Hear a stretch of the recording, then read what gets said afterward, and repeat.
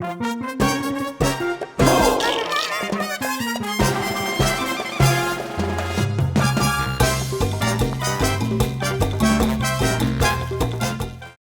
sommes aujourd'hui dans une ville de Charente, entre Angoulême et Libourne, et qui s'appelle Chalais.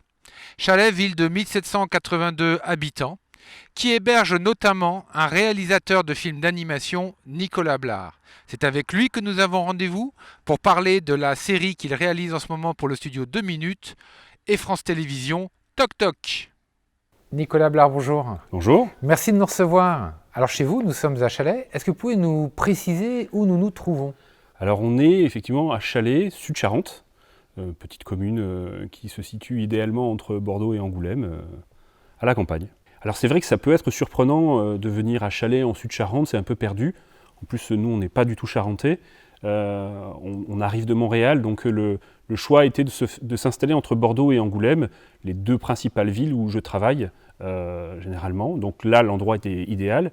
J'ai eu un parcours à l'étranger qui m'a permis de bouger pas mal. J'ai commencé ma carrière aux États-Unis, à Los Angeles, dans un studio qui s'appelait Klasky Csupo, où j'ai fait du storyboard. C'était vraiment mon premier boulot, où j'ai travaillé sur une série qui s'appelait Duckman, qui n'a pas été beaucoup diffusée en France. Mais par contre, j'ai travaillé sur les Razmoket, qui était une série qui était un peu plus connue. Et ça, c'était ma première expérience là-dessus. Donc du coup, ça m'a donné un peu une image un peu bizarre des productions, parce qu'aux États-Unis, c'est très taylorisé. Quand on rentre dans un studio américain, pour être storyboarder, on reste storyboarder. Même si moi j'ai tenté de passer des concours en interne de la boîte pour faire d'autres choses, pour découvrir, j'ai réussi ces concours en interne, mais je suis quand même resté storyboarder parce qu'ils m'avaient mis dans cette case-là, j'étais apparemment bon pour ça, et du coup ils avaient besoin de moi à cette étape-là. Je suis rentré en France, j'ai quitté Los Angeles pour rentrer au Gobelin, qui est une école d'animation à Paris, où j'ai suivi le cursus là-bas. Et en sortant des Gobelins, c'était un peu une crise, les studios de Disney à Paris fermés, et on était vraiment la première promotion, c'était en 98 si je ne dis pas de bêtises, où il y avait un peu les studios fermés, américains fermés en France, il y avait un peu comme un début de crise. C'était inquiétant pour des diplômés comme nous qui sortions des Gobelins, mais ça a eu l'avantage qu'on a travaillé pour des boîtes françaises. Et du coup, on s'est tous retrouvés un peu disséminés dans des boîtes, dans des studios parisiens où on a fait du storyboard, très peu d'animation, mais du storyboard, du développement de séries. Ce travail-là m'a amené à partir en Asie pour des supervisions régulières.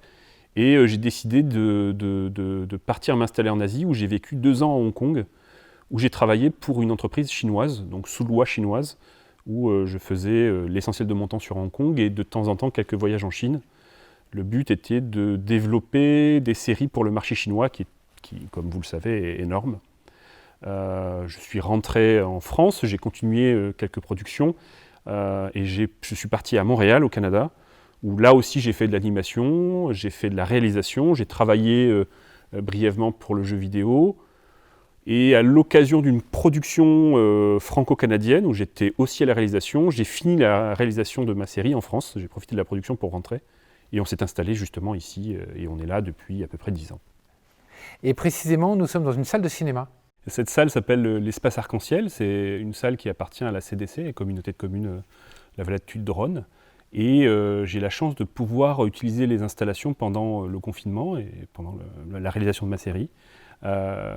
Pourquoi ? Parce qu'en fait, je fais partie de l'association qui fait tourner le cinéma. C'est un cinéma qui est dernier cri. Alors, on est vraiment à la campagne, mais on a vraiment un outil de bonne facture. Et il faut faire tourner les installations régulièrement. Donc ça me permet de faire tourner les installations et en même temps de travailler depuis cette salle. Alors justement, vous travaillez sur une série d'animation actuellement que vous avez donc pu piloter depuis cette salle à Chalais avec, je suppose, une équipe quand même technique et créative ailleurs, évidemment, surtout en cette période où le télétravail est roi. Tout à fait. Alors en fait, c'est vrai que c'est Toc Toc, c'est une série qui est pour France Télévisions. Et effectivement, la difficulté de cette période un peu spéciale, c'est qu'il a fallu tous travailler en télétravail.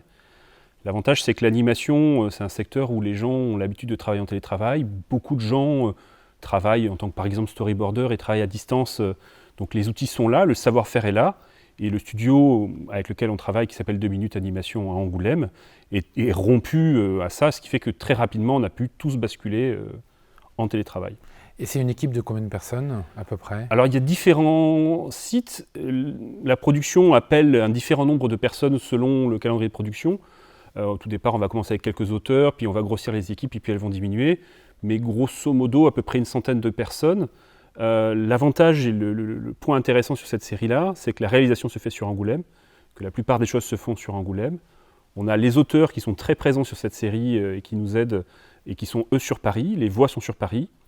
Il y a un studio à La Réunion, à l'île de La Réunion, qui a été monté là-bas, qui est 2 minutes Réunion, où on fait une partie de l'animation et on fait aussi les décors. Et après, il y a une autre partie des épisodes qui sont gérés en Chine. Donc voilà, il y a différents sites. Et la difficulté, elle est là. C'est que faire une réalisation, c'est avant tout aussi une direction d'équipe. Et donc c'est assez difficile, à distance, sans se voir, de pouvoir diriger tout le monde. Et donc ici, vous avez travaillé, vous vous êtes installé dans cette grande salle pour visionner Oui, le travail de vos animateurs? ça me permet de bénéficier d'un écran de contrôle pour ma série de plusieurs mètres de diagonale. Ça permet à la fois de regarder les détails de l'image et de bénéficier d'installations son performantes. Alors en fait, j'ai une petite télécommande, c'est un cinéma numérique, donc c'est une installation qui est assez récente, elle est entièrement connectée. Donc j'ai un clavier sans fil, une petite tablette, je prends des notes, et ça me permet de travailler devant un écran géant. J'ai profité de l'espace, c'est quand même un assez grand espace, pour pouvoir aussi amener l'ordinateur que le studio nous a prêté. La plupart du temps, je suis sur mon ordinateur que j'installe à l'accueil du cinéma, et je viens dans la salle de cinéma à peu près tous les 2 jours faire un dérochage ou pour regarder précisément les plans que l'on me livre. Mais l'essentiel de l'activité se fait quand même sur mon ordinateur, dans le confort de cette salle, qui bénéficie en plus d'une liaison Internet performante. Donc vous êtes un réalisateur heureux, à distance. Alors oui, heureux par les conditions de travail.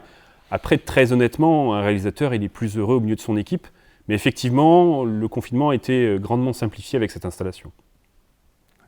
Et comment se passe la relation alors avec les auteurs, puisque Toc Toc, il s'agit d'une adaptation d'une œuvre littéraire? Tout à fait. Une bande dessinée? Tout à fait. C'est une bande dessinée qui a été créée par Hélène Brûlère et Fabrice Ravier, et avec les dessins de Thébault. Donc le projet a été développé à partir de cette bande dessinée-là. L'avantage que l'on a sur cette série, c'est que les auteurs sont très impliqués dans la fabrication de la série. C'est-à-dire que, évidemment, il y a le réalisateur qui fait des choix, mais c'est discuté, vu avec les auteurs, parce qu'ils y tiennent vraiment beaucoup.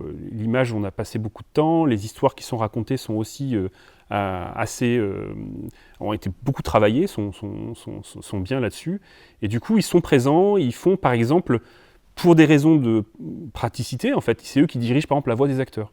C'est quelque chose que moi, je vais donner des notes, mais c'est eux qui font les enregistrements des voix à Paris avec les auteurs, avec les acteurs. Et moi, je travaille après sur tout le reste ici. Donc vous êtes en dialogue permanent avec les auteurs, en fait. Tout à fait, tout à fait. Voilà. À toutes les étapes de fabrication, les auteurs voient la série. Ils gardent sur cette série un œil important, puisqu'ils sont toujours les directeurs artistiques de cette série. Réalisateur, c'est avant tout un travail de chef d'orchestre. Enfin, en tout cas, c'est comme ça que je le sens. C'est de pouvoir travailler avec différents artistes, donc des artistes qui ont leur sensibilité, qui ont leur savoir-faire, leur technicité qui vont amener sur le projet. C'est vraiment un travail plus de coordination.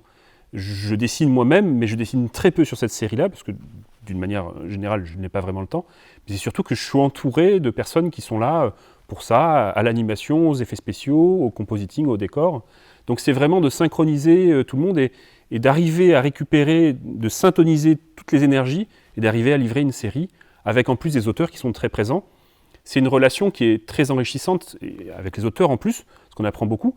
Je dois avouer que c'est pas tout le temps facile, puisque c'est leur bébé.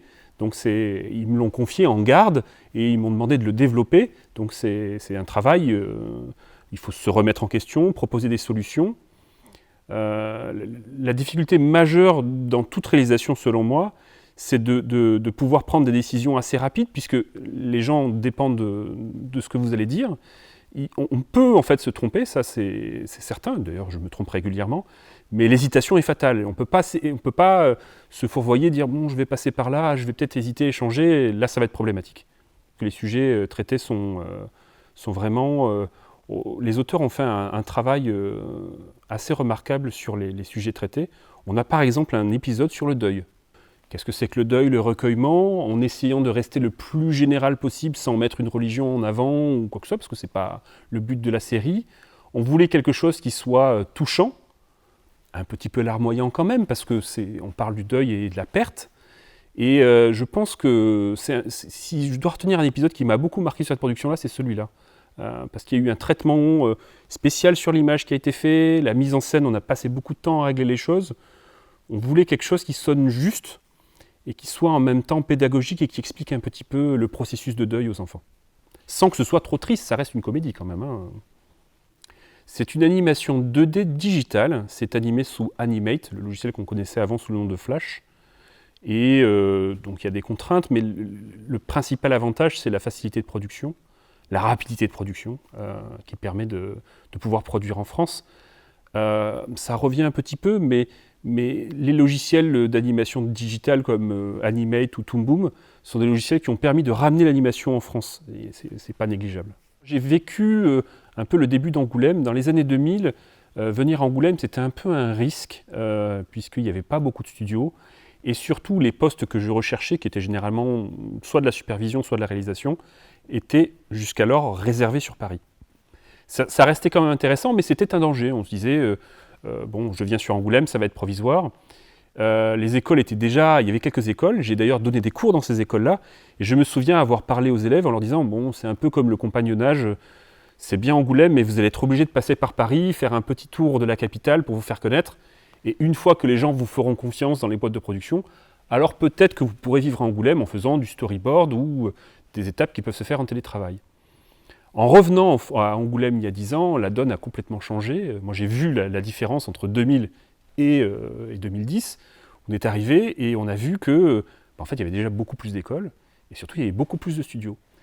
Et j'ai eu la chance de travailler avec des gens qui sortaient d'école. Ça veut dire qu'il était possible sur Angoulême d'apprendre l'animation et d'y faire carrière, ce qui était une étape qui était complètement différente. Ce qui est bien, c'est que ça, personnellement, moi, ça m'a conforté dans ce choix de revenir à travailler dans le dessin animé tout en privilégiant un cadre de vie. Et je trouve que, par exemple, à Chalais, c'est impeccable, puisqu'il m'arrive de faire des productions sur Bordeaux ou sur Angoulême, et c'est très facile. Beaucoup de gens qui sont dans mon équipe sont désormais issus d'Angoulême 100%, c'est-à-dire qu'ils ont fait leurs écoles sur Angoulême, puis ils ont travaillé sur Angoulême, et probablement qu'ils feront leur carrière sur Angoulême. Ce qui était impensable il y a quelques années. Donc ça, c'est vraiment une chance. Il y a un pôle d'attractivité qui est très intéressant. Je me trompe peut-être, mais il me semble que c'est la deuxième ville en termes de studio d'animation en France. Donc maintenant, on a tout intérêt à le faire. Et d'ailleurs, beaucoup de mes anciens camarades des Gobelins de l'époque, maintenant s'installent dans la région, parce qu'ils ont compris qu'il y avait quelque chose à faire et que Paris, la capitale, c'est bien, c'est vibrant, mais quand on aspire à une vie un peu plus calme, un peu plus vie de famille, où on met en avant d'abord le lieu de vie plutôt que le travail, là c'est intéressant. Eh ben ouais, voilà, tout va bien.